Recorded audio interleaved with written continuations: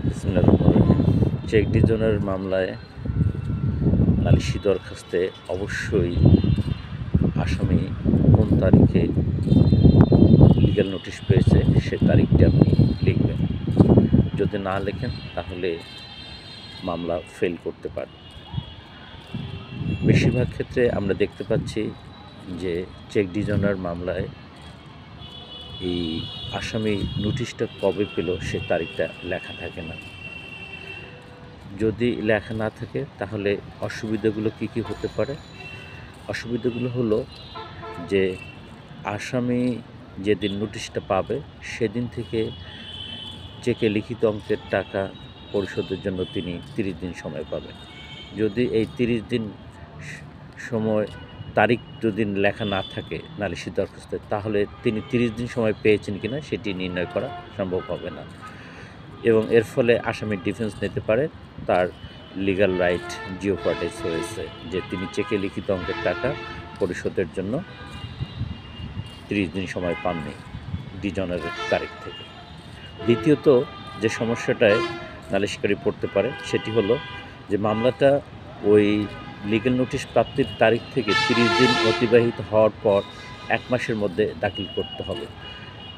যদি নালিশি দরখাস্তে সে তারিখটা সুনির্দিষ্টভাবে বলা না থাকে তাহলে ওই 30 দিন অতিবাহিত হওয়ার পর 141 ধারার ক্লজ বি এর বিধান অনুসারে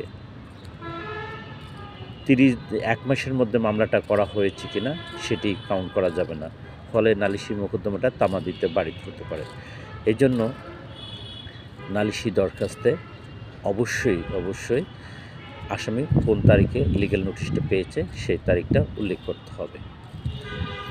যদিও আমরা প্রায় 99% চেকের মামলার ক্ষেত্রে এই তারিখটা দেখতে পাই না।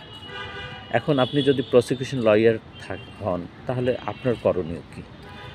আপনি যখন লিগ্যাল নোটিশটা পাঠাবেন আসামির ঠিকানায়, তারপরে অবশ্যই পোস্ট অফিসে আপনার সহকারীকে পাঠাবেন এটার এডি কার্ডটা নেওয়ার জন্য, অ্যাকনলেজমেন্ট ডিউ কার্ডটা নেওয়ার জন্য। যদি না পাওয়া যায় তাহলে আপনি পোস্ট অফিস থেকে ফেরত খামটা চাইবেন।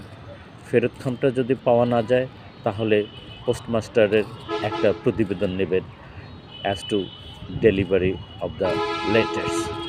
তো এই 3টার যে কোনো একটা অবশ্যই আপনি নেবেন এবং ওই 3টাতে অর্থাৎ ফেরত খাম, এডি কার্ড অথবা জারি প্রতিবেদন, এই 3টা যে সময় লেখা থাকবে সেই সময় দ্যাট ইজ দ্যাট ডেট, এই ডেটটাই আপনি নালিশি দরখাস্তে উল্লেখ করবেন।